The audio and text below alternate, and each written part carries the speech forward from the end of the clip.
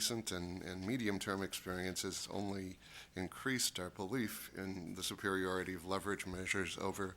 the official risk-based measures. Three events in the last couple of weeks have, I think, served to further make the case for a simpler leverage ratio. One is that if you took a careful look at the earnings reports of some of the major banks that reported, you noticed that they were able to reduce their risk-weighted assets, but it seemed when you peered through the footnotes as if it was largely because they manipulated their own models to generate lower risk coefficients. So it does not seem to indicate that we're picking up risk in a truly objective way.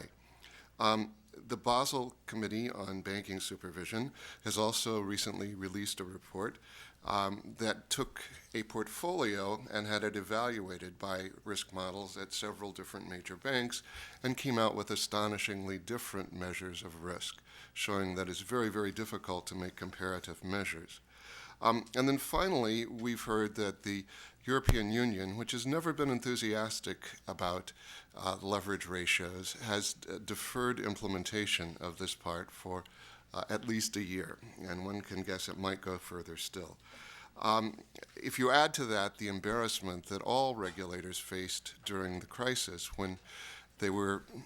obliged to have press conferences after the collapse of a major bank and explain how the bank collapsed despite the fact that it had higher than average risk-weighted